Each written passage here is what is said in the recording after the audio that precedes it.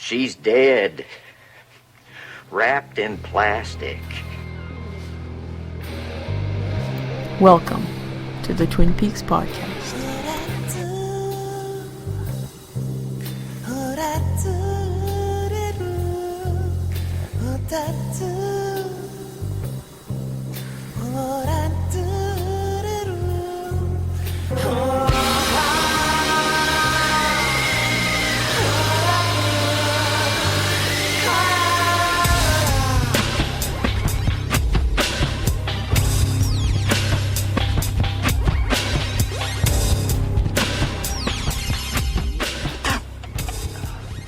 Damn good coffee.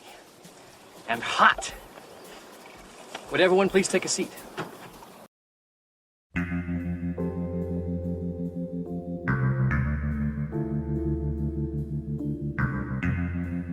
Welcome to episode 24 of the Twin Peaks podcast. I'm Matt. I'm sick too. I'm Melanie too. Melanie? I'm sleep deprived. I'm Brad. No. I'm a little bit sick, and I'm Caitlin. Yay. And I'm slightly tipsy in English, and I'm Claire. Yay, Claire. The third time's a charm. Third time's a charm. You suck. No, that's not what I meant. You'll get it right this time. That's not what I don't know. I was thinking about third time, and I was like, oh, it's my sick brain. But that implies that she did horribly the last two times. I'm sorry. I'll just... No, it just means she'll do, incredibly awesome this time. Right. Yeah. Even though she's a pinch hitter here, and she was not prepared to be on this show. Till how long ago? 10 minutes? 10 minutes ago. Sorry. I'm going to try to cut out as many coughs and sniffs as I can. But yeah, our guest had to work late, so we called Claire, SOS. Yes. Yes. I saw the Twin Peaks signal in the sky. And I donned my cape and I flew into action. Yeah, we have you on speed dial on our big red telephone. Yes. Yeah. All right. Any thoughts right up front you guys want to get off your chests about? Oh, you know what, guys? Sorry, but I sent you feedback because I didn't want to do a repeat of last week and send you feedback late, and so I watched this episode today, and I'd completely forgotten that it was this crazy, awesome episode, and I was grinning from ear to ear because I love this episode. It's just completely batshit insane. It is insane, but I don't know if I would call it a good episode. So what do you other two think about it? I love it. Really? Bananas awesome. Yeah, I really enjoyed it. I know why Caitlin liked it. Oh, we all know why everybody enjoyed it. But we'll get there. Do you want to read our synopsis, Brad? Yes, this is season 2, episode 16. The Condemned Woman. Ed proposes to Norma. James and Donna say goodbye, and Audrey meets her fated one. What? Yeah. Even remotely, I guess it kind of hints a fated one. Her fated one? And really, if I was going to list the biggest events of the episode, I don't know. It's not... Okay. I would, yeah. What about Coop? Coop doesn't do that much in this episode, though, does he? Really? No, I guess not. No. Alright, so we start out in... Earl is not very happy with the moves that Coop has been making, and then he reminisce about Carolyn. And she's beautiful. She's beautiful. I don't understand that. To me, it just looks like a creepy generic face. Yeah. It's a beautiful, creepy generic face. The way Cooper was looking at it, he obviously was like, oh, pretty. I don't even find it has a distinctive gender. It could be a male or a female. Yeah, Matt, but you're also the type of guy that doesn't like Hollywood blondes because you think they all look alike, so... Shush now. You never actually knew Caroline. If you knew her, you would have thought. I guess. Yeah. She was beautiful inside and out. Even made of plaster of Paris, she's still beautiful. But death masks are really creepy. So. They are. Yeah, they're never beautiful. No, it's just they're kind of grimacing usually when they're dead. Who made the death mask? I'm guessing Wyndham Earl. Yeah, somebody would have had to have access to the corpse. I'm guessing Wyndham did, though. When would he have time to do that? I don't know, maybe he hired a professional artist from Paris. While she was... Maybe it was Andy. Oh, no. I'm not sure how he could have got that if... I don't think there was that long before the... after she died, before the police arrived, for him to, sit around and put plaster on her face and make a mold of it. maybe he did it beforehand. He loves his hobbies. Ooh. He did it beforehand. She's like, "Why are you doing this?" It's your death mask. No worries. Oh, shush, darling. You'll find out soon. There's a moment there where Harry's like, I'm not gonna let you out of my sight, Coop. And Cooper's like, oh, if he wanted to kill me, he already would have. And Harry's like, yeah. Like, he was really disappointed that he couldn't keep Harry in his sight all the time. Oh. Look, Coop, I'm trying for anything here. Oh, let's be together forever. Harry was wishing he was that mask on the desk. Oh. You might wear it later. Oh, Let's move on from there. Over to... Well, wait. But, huh? They have to get, they call Pete, basically, and they ask him to help out. Yeah. Yeah. Mr. Chessmaster. Yeah. Speaking of Pete, Pete's making breakfast for Andrew and Catherine. this is great. It is. I like how good friends they are. And how much it bothers Catherine. yeah. Yeah. She hates their joy. What do you guys think of their relationship? Do you think it's pretty plausible that they would be such close allies, I guess? It is now. Yeah. This sold it for me completely. Oh, really? The happy face breakfast? Yes. Yeah. At first, I didn't know what those eggs were. I actually thought they were egg boobs. And I thought that's why he laughed. Then I had to look closer. I'm like, oh no, there's a mouth and stuff too. And They're just so cute together. Yeah, what looks like a date nose. Yeah. You know, most humans are hardwired to see faces. Oh no, I'm the opposite. But, maybe... Matt's not human. Matt's just Matt's a primate. He just sees boobs everywhere. Yeah. Boobies. Oops. I like Andrew though. He's got the giggles and that's infectious. Makes me giggle too. Yeah, he's cool. What'd you guys think of Josie fainting at the sight of... Do you know what? Because I did send you guys an email, and I'm probably just going to pull bits out of it, during it. And my rating for this episode was fake-looking Josie faints. Yeah. Because I've never seen such a fake faint. She like slides along the floor. Well, you gotta make sure you don't hurt yourself. She Yeah. didn't want to fall on any of that kindling she was gathering. And she was kind of smiling while she fainted as well. Oh. She looks like she was falling into her bed at the end of a long night out, and she was like, had been out dancing and was going into her bed and was just like, ah. That's how it looked. Like, yeah. Or that her whalebone corset was just a little too tight. Yeah. I swain. So then we get Hank and Harry trying to work out a deal. Hank is... I hate what they did with Hank. Yeah. Yeah, tell me. Yeah. He's nothing anymore. He's absolutely nothing. Mm-hmm. Here's I think I mentioned earlier in an earlier episode that I always laugh whenever Harry gets angry. Yeah. Yes. Here's the first instance of it. And he says, "Get out of here! Get him out of here! I'm acting! It's just a weird, ferocious bear growl. Yeah. This is very primal. He kind of yells with his tongue hanging out of his mouth a little bit. But I loved how Hawk tripped Hank up there. That was Yeah. badass. So rad. Hank wants to rat Josie out. Mm-hmm. Yeah, Harry's not having it. Was Sorry, love blinkers. Yeah, love blinders. You mean Yeah. Sure. I don't know. Both. blinking blinders?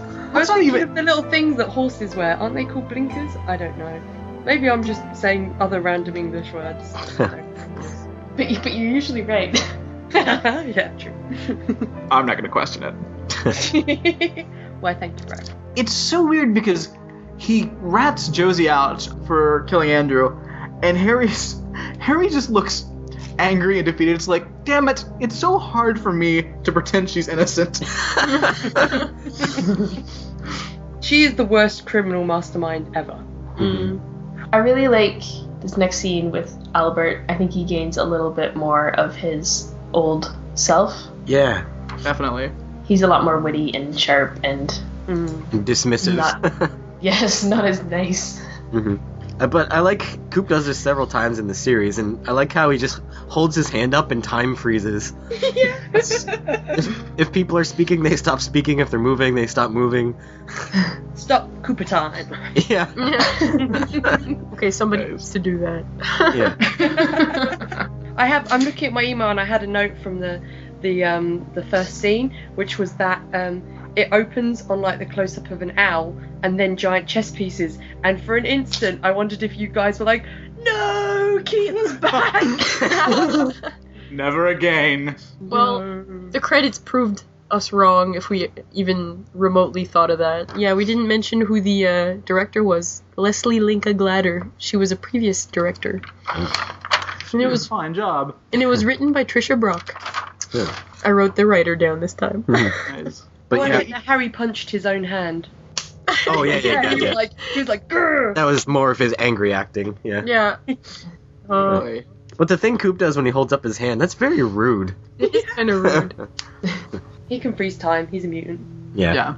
I will. You notice in the Albert scene, you notice he pulls out the little the bag with the bullets. Mm-hmm. You notice there's not like 5,000 photos and like he's not showing you projections of bullets. Mm-hmm. It's simple and it gets done fast. Yeah. It's a bag of bullets. Everything we need is in this baggie. One in the same bullets. Let's get her, guys. Let's get her. What is the holdup? Yeah. Yeah. I don't know. But Coop keeps stalling the whole episode. But he's trying to consider Harry's feelings and give her enough time to get away. It's like Harry knows like she's done a lot of stuff at this point. Not everything, but he knows she's done a lot of killing. Yeah. Yeah. Well, by this point, yeah, it's kind of obvious. Yeah, and Cooper's just like, well, let's give her a little bit more time to confess. That's not gonna help things. Audrey is learning the concierge business. Oh, I have a note for this scene, which is the woman in the background, the old woman. Her petticoat is epic. I was like, she looks like she's an extra from Greece and she's wandered on set. Oh, yeah, I made a note of that too. It's awesome. And you see her more than once as well. It's awesome. Yeah. Yeah. And her dress is so bright as well, it just completely stands out and distracts me. Thankfully, it distracts me from Billy Zane. I'm just going, ooh, go. What did you guys think when you saw Billy Zane?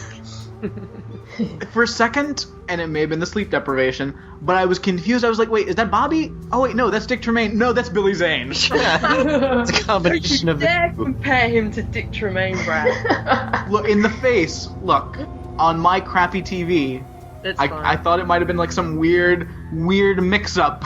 He has the same, my shit don't stink grin, so I'll give you that. Right. He does kind of look like a byproduct of a melding of the two of them. Yeah. If Dick and Bobby had children. Yes, yeah.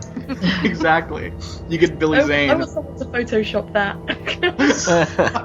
But Billy Zane, he's such a cowboy. His theme song, too. Well, before Billy Zane comes in, what about that asshole concierge? Yeah. Holy crap. I would just fire him if I was Audrey. Right then and there. Okay, question. Are there any African-American characters in Twin Peaks that aren't a little bit shifty? No. There was the FBI agent or the coach. DEA agent. Yeah, the coach. There was is there anyone Roger. else? Yeah, I don't think Roger was shifty. He wasn't that shifty. Wait, who's Roger? Yeah, he was like the FBI agent that was investigating Coop. Well, he was prosecuting Cooper, though. That's shifty. Yeah, but you hate Coop. I do, but I'm Why do you speaking say for the that? everyman right now. And there was the point where he came without pay to tell Cooper. Right. That was shifty. I knew there was something. I can totally see Audrey being like to that concierge, like, I'll remember you later, bud. Like, when I own this place. Well, I think she could fire him right now if she wanted. Could. Well, maybe he does his job really well, so he has the right to be a little bit snobby. I guess. Yeah, maybe. Just don't understand why he is. It doesn't seem like a good career move. No. So what's going on here? Is Coop out as the love interest? Yeah, it looks like it. Yeah. I'm okay with that. Like, Billy Zane's pretty good looking. So. In my notes, I put John Justice Wheeler is such a bland character. Don't fall for his charms, Audrey. You deserve better than pilot plywood. Yeah. It's kind of like he's trying to be charming or whatever. I don't know. It's just kind of falling flat for me. He just looks really sleepy. Yeah, it just looks like he talks like he's got marbles in his mouth, just like every other cowboy does. Yeah. And yeah, like it's just I don't know what I can't what what'd you say? Can't understand you. You look like you're trying to be charming, but Maybe I'm just used to all the cowboys from Calgary, so that's why I like him.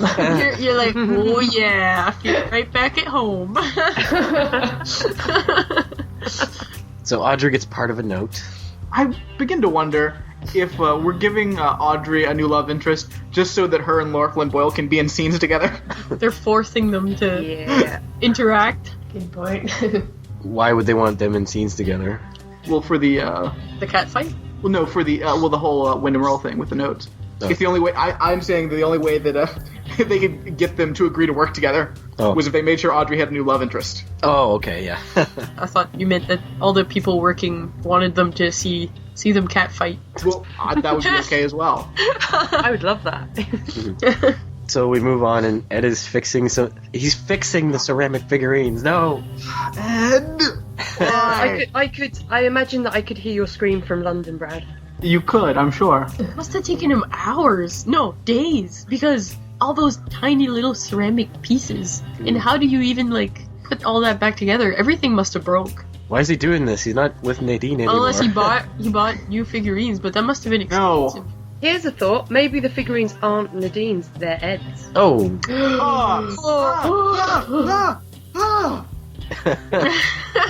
Just as the cuddly toys in the bedroom last week, yeah, they were Ed's as well. It sounded like you just woke up from a nightmare, Brad. That would imply that he had got some sleep. It's a waking dream. Sleepwalking right now. Sleep talking. Every time I see a ceramic figurine, it's another waking nightmare. But Nadine confesses her love for Mike. They had the most magical night. Wrestling. You know that when Ed leaves the house then, in his head, it's going to be playing I'm Walking on Sunshine. You know that's what happens. It's like, yes! You think? Or do you think he looks... He's clicking his heels, skipping along Twin Peaks High Street. Do you think he's 100% happy about this, or was there a little bit of melancholy in him? There's always a bit of melancholy in Ed, but... It looked like a bittersweet breakup, but then later on, when he came to propose to Norma, it was all happy sunshine. He's walking on sunshine. Poor Mike. Well, how do you know? Oh, yeah, I kind of know. You know that he's suffering? He's suffering a bit. Yeah? Okay. So next we have the utterly thrilling scene of Josie and Cooper. Because Josie is always interesting. Her scenes are my favorite. Oh, yeah. Yeah. Me too. Well, I think it's the relatability and the depth of character, the breadth of emotion, the felicity for capturing the human experience and showing it to us. Yes. Seriously. Agreed. Very nicely put, Brad. She seems to be... I can't even remember what happened in this scene, so I'm like, what did happen in that scene? Basically, he tries to reason with her, and he tries to get her to admit that she's committed some crimes, and he's trying to give her a chance to kind of redeem herself to Harry, you can come with me, go to jail, whatever. And then, just admit your crimes, and we'll deal with it as we go along. But then he leaves, and Catherine comes in and feigns concern, and gives her the means to a gun. And when we say Catherine feigns concern, you can always tell that she's not serious about it. Yeah. Yeah. What's up with... She hugs that gun like it's a teddy bear. I know. Yeah. What's up with Josie here, though? She seems to be having trouble breathing or something. Okay, I'm gonna shake things up here, and I've got to say, I think this episode, I think they really did this pretty well. The whole Josie thing, just because I definitely feel the claustrophobia. Yeah. Unlike the last episode when she was, being a bug or covered in bugs or something. Yeah. I just, again, after the bad direction of last episode, this episode is so clearly better directed. Yeah. All the shots, the way it's focused on Josie, she's in the foreground or the background, and she's never looking directly forward. It's just really well done. Yeah, it's much more interesting this time around. It keeps your attention. So you can feel the panic she's feeling, huh? Yeah. Like, I don't care about her, but I can at least understand her She as looks a human. Is she human? You just said she was a bug. Last episode, she was a bug. Yes. She totally looks like she needs a paper bag, though. She's just hyperventilating the whole time. Yeah, it's true. She's people coming at her from all directions in this episode. Catherine, Andrew, Cooper, Harry. It's, So if Catherine doesn't want really, like, anything good for Josie, like, why is she basically handing a gun to her? So she'll get herself in trouble, I think. I think the idea is she either kills Eckhart or she kills herself, in which case Eckhart's not a problem anymore. Either way, she's going to get into trouble when she gets her hands on one of those things. Right. And Either either way, Catherine wins. Yeah, somebody's going to get plugged. Catherine must understand the inner workings of Josie really well. I think so. She's a pretty smart lady. yes, indeed. Josie's a pretty simple person, though. Yeah, I guess so. So we finally have Ben Horn being awesome. So, last time, you guys, we asked you guys, like, being awesome in a good way or in a bad way, and you guys wanted him to be awesome in a bad way. This is a start. Yeah? He's clearly evil. Oh? You think he's still evil? He's clearly evil because he's eating celery and wearing shell suit. He's And back, he's back in he's fighting hugging shape. Billy Zane. He's evil. Yeah, I was curious what you guys would think. If you would think he's lame now, or... Yeah.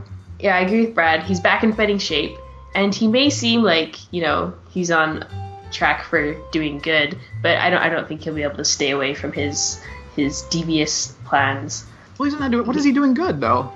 He's Celery! he's saving the little pine weasel. Only to stop Catherine from developing the land. Yeah. Yes, but, like, I don't know, he's not plotting to take Catherine down. Yeah, just, like, to kind of stop her, not, like, actually, like, counterattack and take his revenge on her. Yeah. Because he doesn't have to. He's moved beyond that. He's looking at the Senate seat. Oh, he wants complete power, I see. Yes, okay. Yeah, so John Justice Wheeler comes in, and... That's his full name. Yeah. Ugh, Short. terrible. Short. Every time we have to say his name, we have to say the full thing. Oh, no. Okay, John Justice Wheeler. JJW. Jack. And executive assistant Bob Briggs. I don't like this Bobby. No. This Bobby is lame. I miss the old Bobby. Agreed. Yeah. I still feel like he's a kid wearing his dad's suit, though. Yeah. So it's okay for me. So we find out a little bit more about Jack, or John Justice Wheeler. Mm-hmm. He was in construction, but he now owns an empire. Because Ben helped him out. Yeah, Ben helped him out. What did he do in construction? Well, That man's never been anywhere near a building site. no, he's too pretty for that. Apparently he just started hammering nails into boards. Or whatever. That's how it starts. That's how it starts. And then it went from there. He pounds nails down through sheer force of will. He never picks up a hammer. He just looks at them. Yeah. He just shifts his eyebrow a little bit. Yeah. And the nail just goes in. Eyebrow goes up, nail goes down. I'm gonna smug this house into being. We sound horrible, Matt. Yeah, I know. Couple of disease bags. Who wants to take the next scene? Well, we're still like. Was We there should more still here? talk about the pine weasel. Okay. They're incredible, roasted. I hope I that. reckon that's why Jerry was, in a fight with the chef later. Yeah. Maybe. Because he just presented the chef with one and was like, roast this. So yeah, The chef's like, get out my kitchen. Ben is basically like Captain Planet now. Yeah. Oh man. I want him to dye his hair green then. I know. I think Jerry might have already been fighting with the chef because he has a band-aid in the middle of his... It's true. Yeah, where'd that come from? I want to see the Jerry and the chef fight scenes. Maybe that'll be released in the deleted scenes in like, the Blu-ray Twin Peaks. Oh. And it has to have the Spock and Kirk fight from theme song from Star Trek. Nice. Yeah. So yeah, then Wyndham leaves a note for Shelley, and Did you see Soup of the Day? No, I didn't. Oh no, what is it? It was rabbit brisk. Oh. Sounds like it could be good. Not as good as roasted pine weasel. Norma's talking to her sister Annie on the phone. Annie's convent. Oh, What do you guys expect for this character? this is not going to be good. No. I got a feeling. A feeling of what? I don't know, but this is going to be something, and I bet it's something I don't want to see. You never know, you might be pleasantly surprised. I might be, but I don't trust Norma's family. Oh, well, yeah, I guess I see what you mean. When they were talking about her, it sounded a little weird about how, I wonder how she's gonna like handle being outside of the convent. I think she'll be like a slightly unstable character. Should be entertainment. Oh, scratch that. She's going to end up with Coop. Well, why? Because she's perfectly pure. She's come from a convent. And now we've got Audrey with a new guy. Or she'll end up with Harry. Because Josie's dead now, so Harry can move on. That's right. It's one of the two. Are they going to fight over her? That'd be great. Yes. They need to get a woman in there to break them up. Yeah. Oh, guys, I'm happy to step in. Well, what if Harry wins? Ugh. Yeah. Anytime Harry wins, everyone loses. Yeah. You don't want Harry groping you. Yeah. Grabby hands. Yeah. I don't want to see him in his little underwear thing. his long underwear. Yeah. With the poop hatch? He's probably got a front hatch too. No. Alright, Ed shows up and takes what he wants. Yeah. Did we mention that a trucker left Shelley a note? Yeah, we did. We did? Man, I'm not paying attention. Who was that And mysterious trucker? No, I don't know. It's, a mystery. Yeah, a mystery trucker. And Norma like picks it up and immediately knows it's for Shelley and like, oh, this is for you, Shelley, and she doesn't even look at it. Yeah, she could just feel it through the. No one ever sends me notes. Yeah. I know we've had a lot of wacky disguises as the show's gone on, Mr. Tojimura, but Linda Merle and his constant wacky disguises, I don't like this. Yeah. Yeah, I found it was disappointing. I'm not a Windermere fan. Although I don't know, I find his character does get better Yeah. as the show progresses. Yeah. I didn't like him that much my first watch through, but I like him now. And I like him especially after reading the book, the Cooper book. Really? Yeah. Which you guys aren't allowed to read. Not yet. Well, I think they could read now, because everything takes place before this. All Nope, not allowed. Nope. right. May Shelley's really cute, by the way, when when Ed and Norma are like, Yes. will you marry me? And they all like kiss passionately, and Shelley just kind of like peeks around the corner like, tee hee. When Ed grabs Norma, he looks like he's gonna break her neck. She looks like she's scared for her life. She is leaning far back. Yeah. Is it weird that I keep thinking about how does Ed broach the subject of divorce to Nadine? Like, how do you even get that to happen? I don't know. Maybe we'll see it. I think all he has to do is be like, Nadine, sign these papers, and she'll do it. Yeah. Yeah, just sign these papers, they're for your school. Yeah. So yeah, we move on, and Leo's making some arrows. He's learning the art of whittling. I think he's actually looking pretty well these days, too.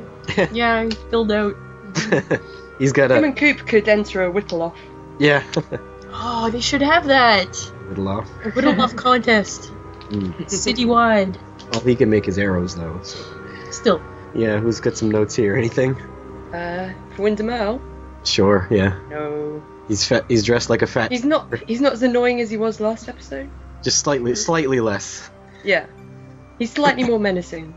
Only ever so. Yeah. Yeah. Okay. Let's skip that and move on to Norma and Hank in the jail cell. I like this scene. Do ya? Yeah, this is good. Yeah. Norma gets to walk into the jail. It's, a wide open door. Everyone gets to go in. Yeah. Indoor policy. But yeah, I like how she sticks up to Hank. Are we going to see any more of Hank after this, or is he done? I think he's done. Womp womp. This is kind of like the first time we see Hank. Yeah. When Norma, has to bail him out or stand up for him in court. Mm-hmm. But this time she shuts him down. She's an independent woman. I like how she uses the textbook, like kind of like refuses to she acknowledges him. She's like, oh yeah, Hank, that's very interesting, but I'm gonna stick to my guns. Like, it's very textbook the way they talk to each other. She's built and the herself way up. that he tries to convince her. Yeah. She's ready for him. Yeah. She's read her relationship book. Yeah. She's probably been, like, I think, ready to shut down the relationship for a long time, but she's just never had any actual, like, motivation to do it until now she can actually be with Ed. Yeah. Now, maybe she felt like she never had anywhere else to go. Now we have Pete the chess master. And lots of donuts. Oh, crap. Now I want donuts. Is there donuts in France? I haven't seen any donuts, but they have lots of other good things to eat. Oh, that's good. Eclairs. Croissant. Yes. Pain au chocolat, beignet. I'm sure Krispy Kreme must have invaded France, because it's definitely invaded the UK. We don't have one here. No. Really? Yeah. Do you want some of ours? Okay. No. We have way too many. No, it sounds gross. Yeah, There is Krispy Kreme, I think, on the west coast of Canada. Yeah, there's one in Calgary, I think. Yeah, but there's none. There's nothing in Atlantic Canada, guys. Yeah. Never come here. Unless you want. You don't want Krispy Kreme. Yeah. Okay. So yeah, Pete has 5 minutes to make a move, and they're trying to make the move that will least likely get someone killed. Poor Pete. That's a lot to have on his shoulders. It is. He's up for it, though. Mhm. He sounds like he's up to the task. I'm much more okay with Pete being a chess expert in this episode. Oh, yeah? Mainly because it's just kind of in the background. Yeah. Yeah. Yeah, he didn't like openly defeat like 5 guys in the diner. I think it was just the way it was introduced in the last episode. Do it, Brad. Keaton! Thank you. But no, I think that was probably the writing more than Keaton. Yeah, most. Oh, okay. So but still, she had a hand. Yes. Okay, so I just prefer to blame her. Yeah, it's Yeah, more just blame fun. her. Josie is definitely the one, according to Albert. Again. But let's wait some more. Let's drag this Josie thing out. I want to see what's gonna happen. I think that's why he's dragging it out. I think he's just like, Why? Who Coop is? no, wait. Let's just see where it goes. No, he just really wants Harry to be the one to do it. Because then, broken-hearted Harry will run into Coop's arms. Oh. Oh. Long con. Yeah. Yeah. That sneaky bastard. Then we get a shot of Josie in the mirror, which is pretty much the opening shot of the whole series. Oh, it's so cool! I love that! Why that they use the same shot again? I love it. One of the reasons I love this episode is, and it works, it's good and bad, and I sort of put a bit about this in my feedback, but, you have this shot that reminds you of the pilot, and then you have Bob turn up later, and the man from another place, and then it just kind of is like, look at, you just go, oh yes, because it's like when the show was awesome, and I do love this episode still, but it works in a good and a bad way, because then you kind of go, oh yeah, we haven't seen Bob since, in ages, and it's been not that amazing since then. Mm-hmm. So it works in both ways. But I love that little. It's like I just like that it's like Josie's story full circle. Yeah. Yeah. Yeah, all that stuff you mentioned, it's just kind of signaling that, okay, we're gonna get back on track. Yeah. Also, I like the Josie putting lipstick in the mirror thing, which is kind of like going back to the beginning. Plus, I like when Andrew walks in and he gives her like that toast to beginning and endings. I thought that was kind of cool too. I really like this scene. Yeah. And I made it to Josie's scene, so that's blowing my mind. I think it's Andrew that does it. Oh yeah, of course, absolutely. But I actually buy his character completely. Mm-hmm. Like before, it seemed like a ridiculous relationship, but I definitely can see that he's this guy that actually fell in love with her. Mm-hmm. Yeah. And then Yeah. Do we think that he got his limp from the boat accident that he supposedly died in? Maybe. Was he on the boat at all? Or just... I don't know. I don't know if we find that out, but I've always wondered that if he, he did get injured somehow, and that's why he has a cane. I assumed he wasn't on it at all since he knew about it beforehand. True. I assume Bobby Briggs was somehow involved, and that's who he killed, because I want to know who Bobby killed. You'll find out in good time. Better. So in the end, Andrew basically tells her to go back to Eckhart, your abusive father/lover. He'll take care of you. And then Josie's brain explodes. It is brutal. Yeah. But Andrew's very, he sounds like, just listening to him talk, he's very reasonable. He's very comforting to her. Like, it seems like he's trying to comfort her. But at the same time, it sounds like he's trying to trick her, so... Well, I feel like it's, when this all happened, when she tried to kill him, I completely buy and believe that he was very angry and very upset and brokenhearted, and that this isn't so much, even though this was, all about, getting revenge, I feel like now it's like, this is your fate, deal with it. I'm not angry at you anymore. Mm-hmm. I'm not cold about this. It's just, that's what it is. Mm-hmm. Which I like. Yeah. Mm-hmm. So are you starting to come around on Josie on her final episode? Well, I mean, I still don't care about her at all, but I believe the situation. Okay. Now. Mm-hmm. Before all this, it was just a mishmash of weird plot that didn't make sense. Yeah, that's true. I have to say, I really enjoyed this episode, for as much as it was about Josie, up until the next scene, and then the music starts, and then it's just like, oh. Oh no. At least it was only one scene. Yeah. I think we missed a Cooper thumbs up, didn't we? Oh, not again. Did we miss? I've got a note, and I put that I thought it was number 14, but I wasn't sure. If there is one, it's number 16. Oh wow. So. Yeah, he definitely did one. I don't know. It was in between Soup of the Day and, oh look, a totally unneeded Donna and James scene. It was probably around when they were, doing the chess moves. Yeah. All that stuff. I'm gonna have to go back and check. I keep missing them because I'm always writing notes. Yeah, so, the next scene. Ugh. Who wants to take it? I hate this scene so much. Really? Because the first thing that James says is, "You're not wearing the ring." Because you just cheated on her. Yeah. Literally. And then the way they talk, they're both really, really passive aggressive. And then I hate the fact that Donna even blames Evelyn for the entire affair. Yeah, I know. James is blameless. Yeah. I put James, you spiky-headed little love rat. I don't know, I'm kind of down with this scene, and it's all because of one awesome line that I'm not going to say now. Oh, jeez. Okay. Alright. So James is gonna be a witness to Evelyn's trial. Yeah. Okay, bye. But, yeah. Oh, sorry. Stay here. It's supposed to ever mention her again. I'm sorry, guys. Oh, I was talking to James. Oh. Yeah, bye, Mel. No, that's not what I was.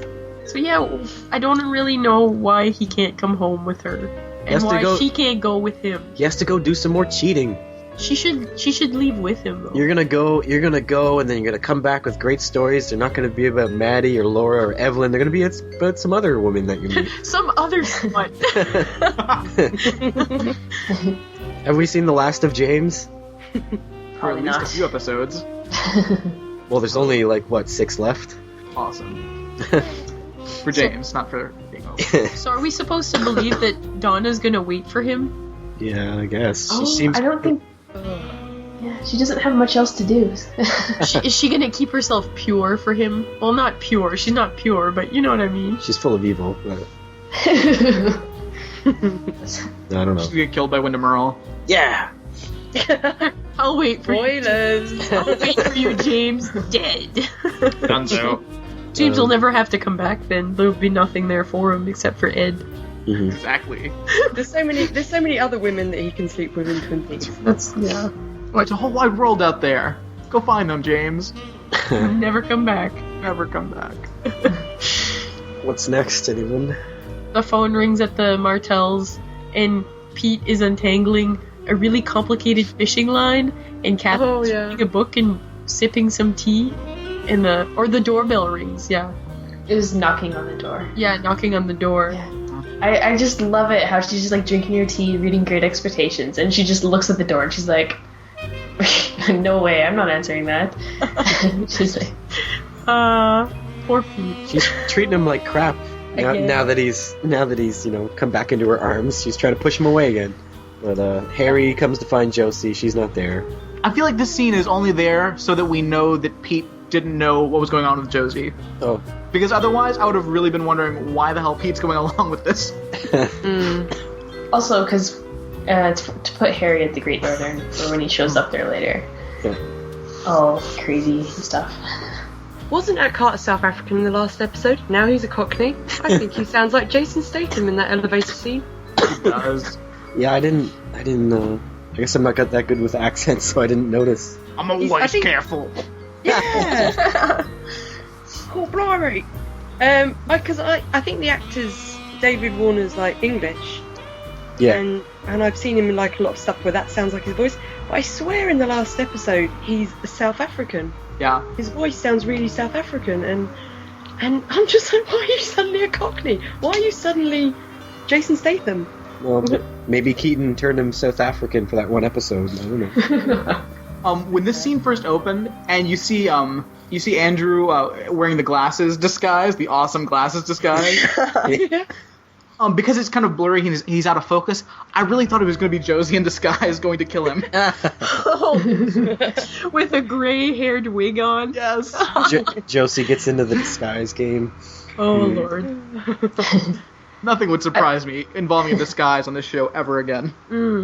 I thought this was a really pleasant surprise of Andrew confronting Thomas. I really enjoyed this scene. It was very bold of him, I thought. To be stuck in an elevator with his mortal enemy. Yeah. He tells him that Josie warned him about the explosion. Is that true, or is he lying? He's lying. He's lying? Yeah. Definitely. Oh yeah, he just wants to get Josie in deeper trouble. Yeah. He and Catherine are playing such like an excellent mind game. They're so good. Manipulating people. Yeah. But Eckhart says he's taken care of the local sheriff. What does that mean? I have no idea. Somebody coming for Harry? I hope so. Josie's taking care of him. That's enough. Yeah. How long has it been? What, 3 days at this point where they know she's killed a group of people? At least they knew at least 2 days ago, I'm sure. Yeah. Mm-hmm. No one is thinking rationally. Worst lawmen ever. There's no suspects in the Asian man murder, according to the paper earlier. Yeah. Did it say like no suspects or something? Yeah. Oh, the one that Harry was staring at, looking for clues for his case. Yeah. Poor Asian man won't be avenged. No. It's okay. Bob avenges him. Yeah, it's true. So then we get Jack, Ben, and Audrey. Little scene talking about his work. I put a note for this one, which is Ben. Jack may have desires to scribble over one of the Horns family virgin pages, but I have a feeling that it's not yours. Looks like Ben has lost his taste for cigars completely too. He's in training. Yeah, it's like Only celery. he got reminded of, he was talking about pure air and the environment, and he's like lighting the cigar, and he's like, oh wait, I'm being a hypocrite. Puts it out. Bigger, bolder ventures. Yeah. He's got to get into fighting shape. That's right. But my next note is Audrey and Jack talk ... ZZZZZZ until she suddenly blurts out, "I'm only 18." It's random. Yeah. Is that just like a random casting of Valor? He's just like going on blah blah blah blah blah. She's like, "I'm only 18. Please take advantage of me." Yeah. How old is he supposed to be? He's got a business empire, so... Sounds like he should be 30, but he doesn't look it. I don't think he's that old. Well, he's probably around there. Yeah. I'm guessing. Isn't Coop meant to be 33? And if Coop's too old for her, then... Well, she didn't think Coop was too old for her. No, but... She likes her men older. Mm-hmm. Well, Andrew's single now, so... Ooh. That's a great noise. What's next? Is it Cooper? It's Don and Shelley at the ropes. Yeah. No, suck. Well, you didn't write down notes for the uninteresting stuff. So. I know. You can tell what I'm completely bored by. Cause I was excited because I wanted to know what the hell this note said. Yeah, So you found out. but we didn't learn much more than that. Yeah, but it was nothing worthwhile. He just kind of looks at them and laughs, like, haha, I got them all together in one spot. I made an inconvenience for them. You've seen them together. Now I gotta pick one. Yeah. So they combine the pieces to make a poem, basically. Who's it gonna be? Brad, who would you pick to be your queen, Brad?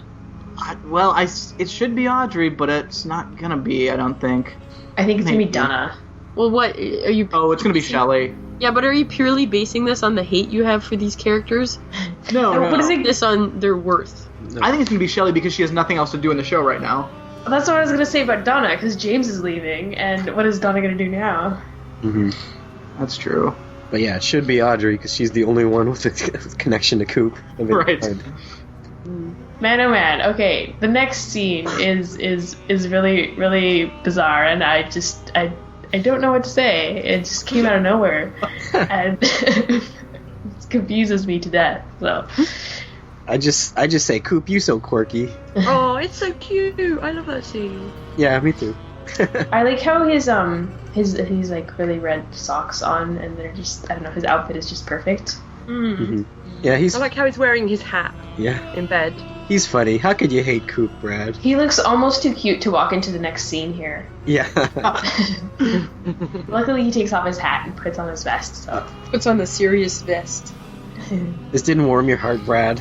Not particularly. Okay. Brad's not about the quirkiness of characters. I am. It's just Just different. and I enjoyed the scene. It still doesn't warm me to Cooper at all. Okay. I mean, sure, he's getting ready for romantic evenings with Harry, but you know that's Blasphemy. Does he get a call and then he goes to see Josie? Yeah, Catherine calls him, I think. Yeah, right. And then hears gunshot and he comes in and then Eckhart is dead. Well, first you hear A Eckhart. scream. You hear Eckhart saying, "I love you," and then she basically says, "Don't touch me. Don't touch me." Yeah. Yeah. That's not surprising. Yeah, but he says, "I love you." We all thought he was gonna kill her. No, did we? I thought he was gonna, like, why is she so scared of him if he's just Well, because he's gonna- abusive. Yeah, but he loves her. I don't think he was ever going to kill her. No. Yeah, I think he would sort of, have some sort of punishment, make her life hell. Mm-hmm. or just not let her leave him. Yeah. You know, I don't find him being abusive.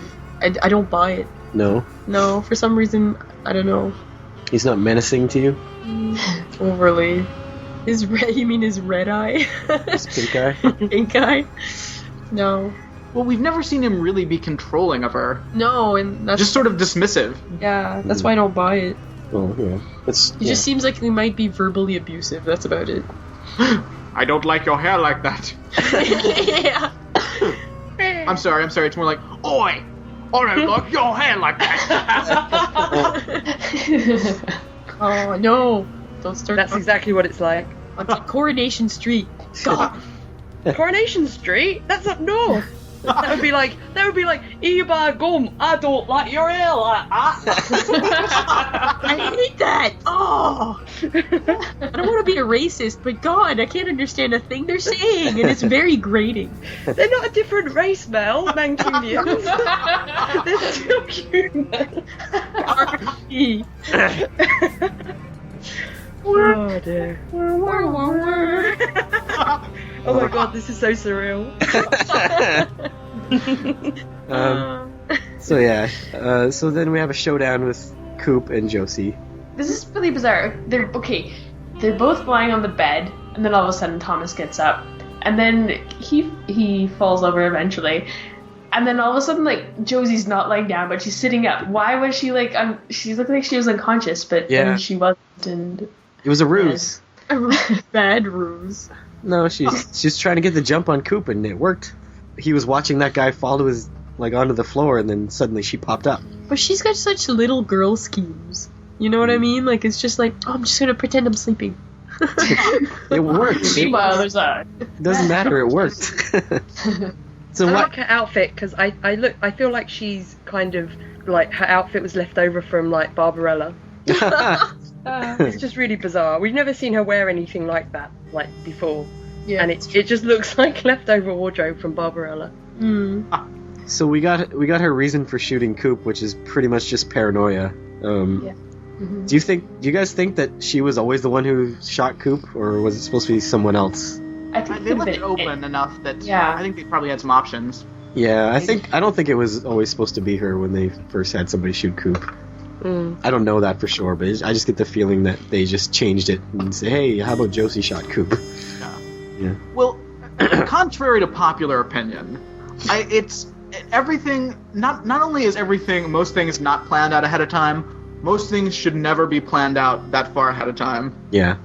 Because then it gets awful when you're actually making it. Well, you lose that spontaneity. Yeah. But, Kind of an obvious. But sometimes if you don't make the decision that far ahead and then you reveal something, you'll have something in between the two events where like a character will like, now that we know this character ends up doing this, why did they do this in this episode? That's out of character for what they end up being or whatever. I don't know. Cough, lost cough. Yeah. well, That's just slacking and making mistakes, but yeah. But that's why you need to have really detailed characters. Like, you have to really flesh them out.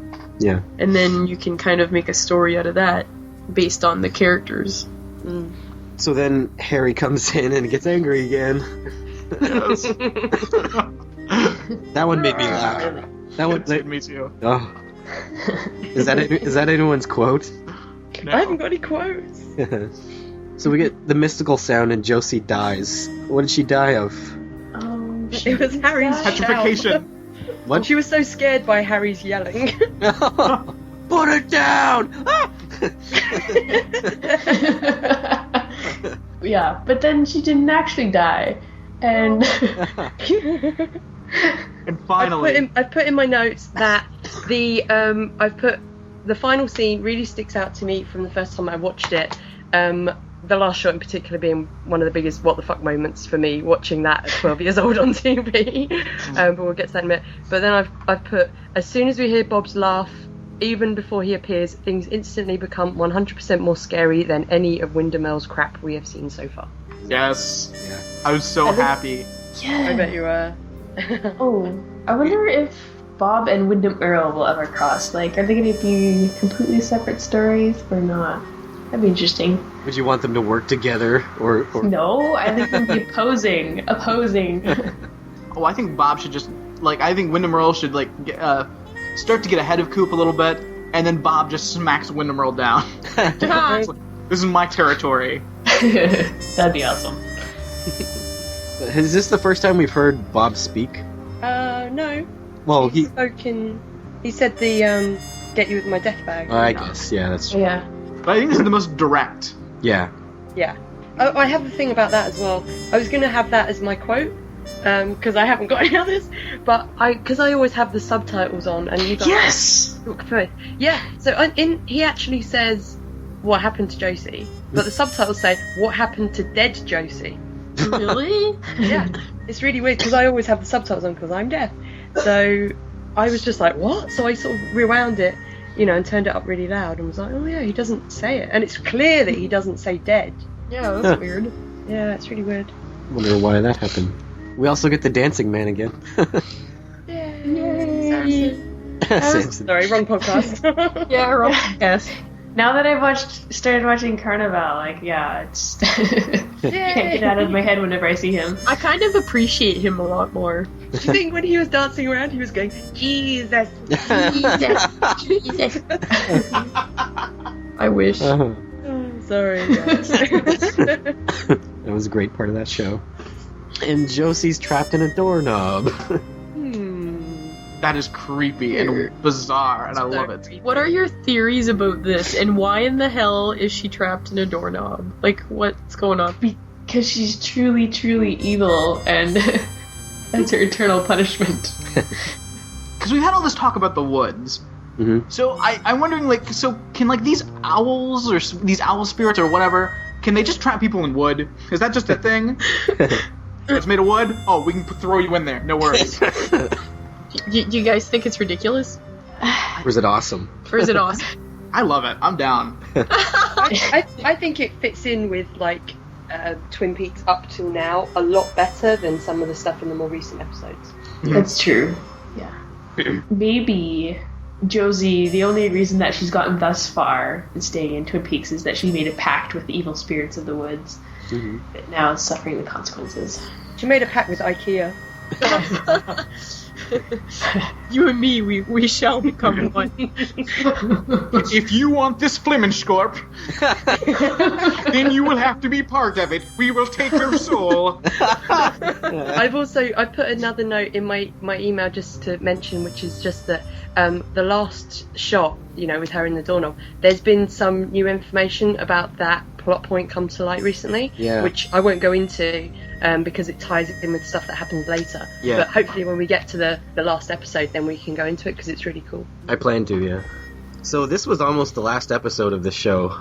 It was kind of put on hiatus at this point, and then for 5 weeks there was no more new episodes, and it was only saved by a letter writing campaign that Coop, yeah. What was it? What's that stand for? Oh, I can't remember. I'll have a look. Something about the opposite citizens opposed to the offing of peace. Yeah, something like that. Yeah. Yeah, so massive letter writing campaign, got the final episodes aired, and I'm so glad they did. Because if this show had ended here and this was the last shot we saw, I don't think we'd be talking about it right now. Because Excuse me. It's still good, but if it ended here, I don't think it would have been remembered. Except in a bizarre, what the hell just happened? Yeah. Why did someone die and turn into a doorknob? Yes. But I think we all remember the old adage, don't screw over your boyfriend, because if you do, then you might get turned into a doorknob. Okay. Classic.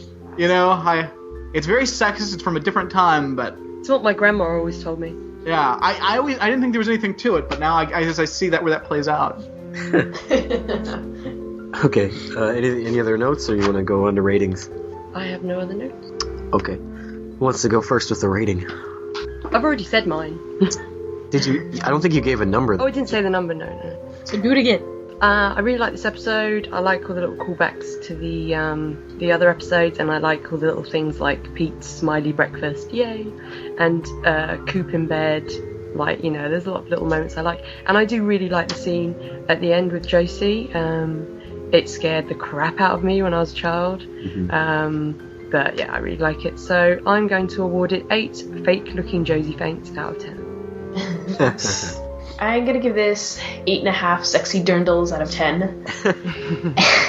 And I really enjoyed this episode. Watching it was surprisingly pleasant, and that ending was just so bizarre. It's true Twin Peaks style. So I was gonna give this like a 6.5 or a 7, but as we were talking about it, I realized it is a better episode than that. So I'm gonna go 7.5 out of 10 egg boobs. Nice, Matt. Boobies. I will say, it's a fun episode. It's so much better than the last episode. Yeah.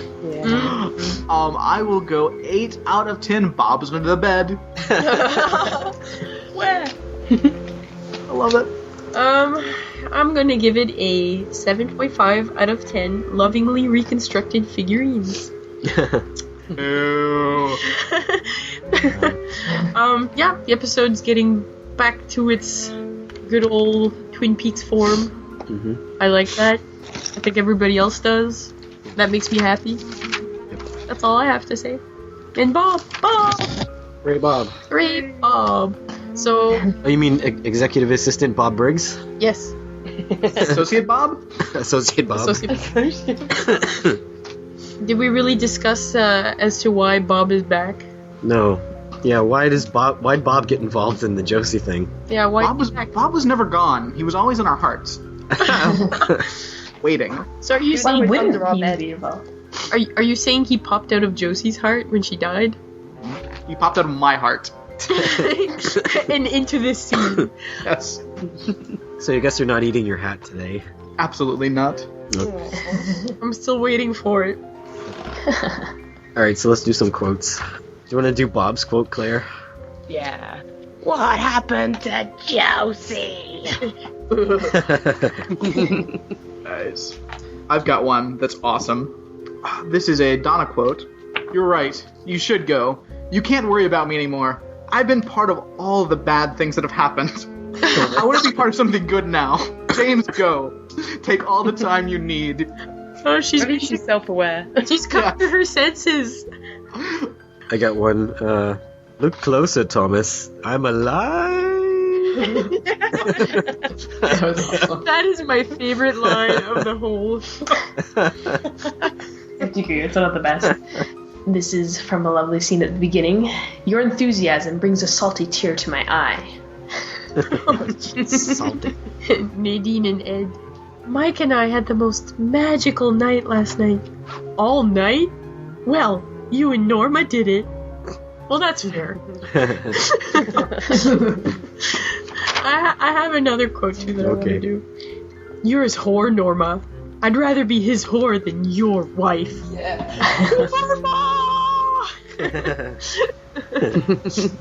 I like, goodbye, you sweet Packards. Oh, Pete. You'll have to excuse me, the chef just tried to stab Jerry. Yeah. That's a great one. Can you guys hear that? Clicking? No, there's someone outside my apartment. It's like happened like 3 or 4 times. They're like rolling something. It sounds like I don't know, like a giant rolling cart. I'm so curious about what this is. It's probably me blowing my nose. No, it's outside my apartment. Oh, it's outside your apartment. Yeah. It's somebody. It's like a giant. It's like one of those. It's like somebody with a giant rolling suitcase. It's somebody. That's what it sounds like. It's somebody administering a carny justice. Oh no! Why are they circling my apartment? Whatever you do, Brad, pick one. Yeah. Yes. Try picking 0 first. All right. I think they're like rolling, you know those things that draw lines in the lawn? I think they're rolling that so they can like know where to cut into the ceiling of your apartment so they can get down into it. Oh no! Or maybe you're being stalked by people in wheelchairs. Oh, that's it. Scooter bitches. I should go before feedback. Oh, you want Because if feedback's quite lengthy, it's going to take a while, isn't it? Yeah, probably. Yes. All right. We'll say bye to Claire here. She's got to go Betty bye. Betty bye. I'm not as hardcore as Caitlin. Caitlin's even later than I am. Okay. I'm just old There's and nothing weary. I won't do for this podcast. Awesome. Spirit. You'll give your Dedication. your life for this podcast, won't you, Kate? Yes. All right. Well, thanks for coming in on short notice, Claire. No worries. You want to? I've been drawing Ben Horn at the same time. So. You've been drawing, Ben. Awesome. Do you want to plug your stuff? I have stuff, sure.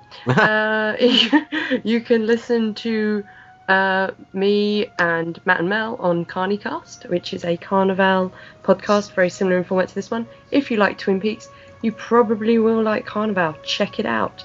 It has Michael J. Anderson in it, and he's awesome. Yep. What other reason do you need? It's a lot of fun. You can find me on Twitter under Maiafire, MAIAFIRE, and I'm under the same name on Etsy, and you can look at my Twin Peaks stuff and hopefully buy it so I can go to the Twin Peaks Festival next year. Cool. Well, have fun, guys, and thanks for having me on again, and Thanks. see you soon. See ya. All right. Bye. All right. Let's get into some feedback. Who wants to read this one? All right, I got this one then. All right. Hello, gang. I just got into the podcast yesterday. Someone over on IMDb posted a YouTube link to an episode you did. I think it was episode 10. Mm-hmm. Anyways, I listened to some of the podcasts, and I think you guys are funny, and can tell you guys are having a good time doing these podcasts. I even like Claire's emails. She just. Yeah. It's about time someone does. We get so much hate mail. We get so much hate mail for Claire. Yeah. We have to cut most of it out. It's really embarrassing. I got into Twin Peaks when it first aired. I was 15 at the time and watched it with my mother on our TV with the crappy rabbit ears, so the reception wasn't good. When it got to the episode with the Red Room, I said, oh my god, things are about to change big time with television. Unfortunately, and because we only had one TV, I never found out who killed Laura Palmer because my mom hated it. Hated it was taking so long for the big reveal. It's awful. I can sympathize with the hatred for James. I don't hate the character per se, but I can understand why others would. The You and I song makes me cringe, and the Evelyn storyline sucked. When I showed my friend this series about 10 years ago, I didn't have the DVDs, just the poor quality VHS box set. He liked the series, not as much as I do, and said James looked like James Dean and Pee Wee Herman had a baby and pissed on it. What? Amazing. That is amazing. My favorite quote is where Ben and Jerry were talking about stopping the Ghostwood Estates project after Ben snapped back to reality from his Civil War obsession. I'm paraphrasing, but it went like this. Ben: we have the best and brightest minds of Twin Peaks at this meeting. Jerry: so we're gonna have it in a phone booth? What does that mean? There's not many brightest minds in Twin Peaks. Oh, they don't need a big space. Okay. Right. I guess. Maybe I should go in that phone booth. I think so. Yeah. That's location-based humor. Now for my question. If Twin Peaks had been released in 2011, 2012, would it have been an epic hit like, for example, Lost and Dexter is? More than 29 episodes? Since we have easy internet access now, it could have been discussed in forums, viral marketing, alternate reality games, memes. It could have still been set in 1989, so no need for modern gadgets or fashions. What do you think? It's hard to tell, really. I think if it came out now, it would have to amp up the crazy even more than it has. I think I like the fact that it's set in the time that it is and that it's actually, made in that time. Mm-hmm. Yeah. It is Because crazy. It's but, more authentic, yeah. Mm-hmm. There is like serious shit that happens in the show, but like they would have to amp it up because shows are. They would have to add like 3D like CG special effects. No, I'm not talking about that. I just mean it would definitely need to be darker, I think. Yeah, you couldn't have as much of the wacky cheesiness. No. Or if you did, it would be very contrasting night and day. Yeah. Also, Hollywood writing is a different game now, and I don't want to go into that soapbox. But, it would not be pretty. Yeah. All right, thanks, Jeff. You can do this one, Caitlin. It's the shortest one, I think. Okay. Hey guys, a couple of weeks ago I came across your podcast by way of a recommendation from another podcast. Unfortunately, I can't remember which podcast, but I can say for sure it has a connection to the Lost Podcasting Network. Twin Peaks is one of my favorite TV shows, and I've just recently listened to episode 12, Laura's Secret Diary, but I'm trying my best to catch up. Correct me if I'm wrong, but did you say that there are plans to also include a review of the prequel Fire Walk With Me? For sure. Okay, I also hope that when and if you do a series retrospective that you include a Where Are They Now discussion with also a look at which actors and actresses benefited the most from their time on the series or which ones faded into obscurity. I would like to close by saying, cheers to you for providing a wonderful, enjoyable show. It's been quite a blast traveling down memory lane. All the best and keep up the great work. Dave from Toronto. Thanks, Dave. Great, thanks, Dave. And yeah, that sounds like a great idea. Yeah, we could do that. Yeah. Do you want to read this one, Mel? Yeah. It's from Ghosty. Oh, Ghosty. Just I love Ghosty. He sent us those wrapped in plastic Yep. Just read magazines. Just read the blue part The blue part? Okay. that I highlighted. Congratulations! You made it through the infamous Diane Keaton episode. I'm sure Diane is a lovely woman, and we all know she's a wonderful actress, or at least she was in the 70s. But I wouldn't trust this woman with my cell phone camera, much less the reins to a network television series. On to better things, namely The Condemned Woman, or whatever the Germans call it. Germans are the ones who gave these episodes their titles, apparently. German TV Oh, really? aired them and gave them all names. Oh, So that's where the names come from. cool. I wonder what the title is in German. It's the same thing, just said in Oh, German. but I want to hear it in German, though. What if it's just English, but it's just said with a German accent? Is the uncondemned woman? Oh, I love it. That's almost even better than hearing it in actual German. Okay. So, Billy Zane comes to town, and Norma's sister will be arriving shortly. Without getting too spoilerific on you, you can all thank the you can thank the all-powerful Lara Flynn Boyle for these two cast additions and plot developments. My lasting memory of watching this episode with my then-girlfriend back in 1990 was the sight of her collapsing into a fetal position, shivering with desire, and bleeding out strange hormonal yelps at the moment Billy Zane's character is introduced.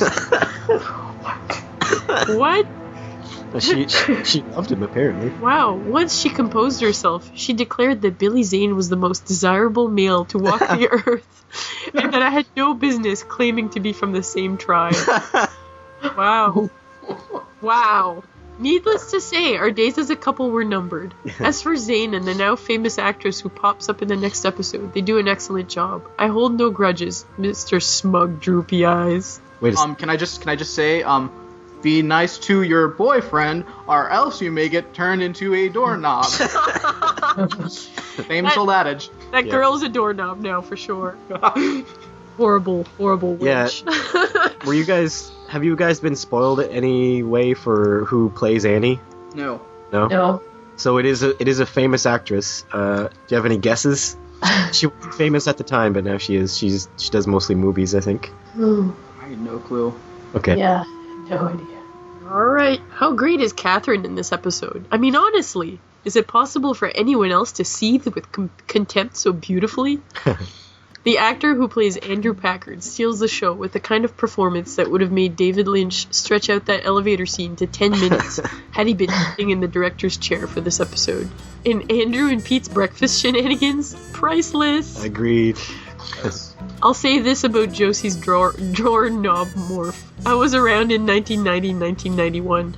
I was there. I watched this when it aired. You'll have to trust me on this. It may seem inconceivable in 2011, but that crazy-ass CGI was impressive back then, I promise. I hope so. Incidentally, Nirvana gave an interview to a British music magazine around this time, and being from the Pacific Northwest themselves, they were asked to comment on Twin Peaks. Let's just say Kurt Cobain and company were not fans of Bob. Even worse, they were spoiler monkeys. Wow. Enjoy the remaining episodes of the series. When all's said and done, and there's no more Twin Peaks to watch, you may even develop an unhealthy fondness for James and Donna. Never. Sign, Dave Ghosty, what's his face. Alright. Thanks, Ghosty. Aw, thanks, guy. Nice thoughts. Made us laugh. Okay. Sorry about your girlfriend. Sorry. Well, whatever. Really? You deserve better. At least she's a doorknob now. Alright, so we'll be back next time for episode 25, Wounds and Scars. And the secret song this time is going to be a send-off to James. And if anyone knows what this is from, then you get 1,000,000 nerd points. Okay. Bye. Oh, jeez, I can't even say bye. Okay. And unfortunately, that was the demise of Matt. Yeah. He will no longer be joining us on this podcast. He's throwing the torch on to us to keep going. We remember Matt well, Yeah. and wish his friends and family the best in their time of grief. Yeah. Thanks. Leave me, save yourselves. Yeah. Alright, thanks everyone. Bye. Okay, bye. Bye. Bye. Farewell.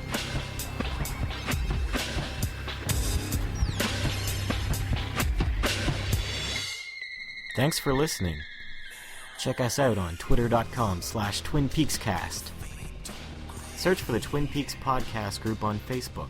And visit us on twinpeakspodcast.blogspot.com. Email your feedback to twinpeakspodcast@gmail.com.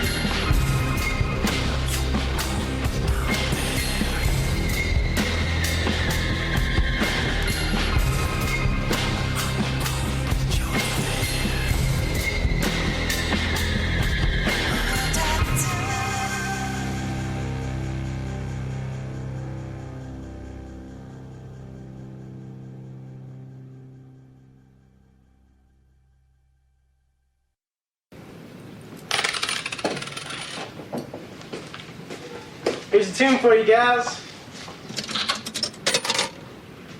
Okay. Don't do anything I wouldn't do.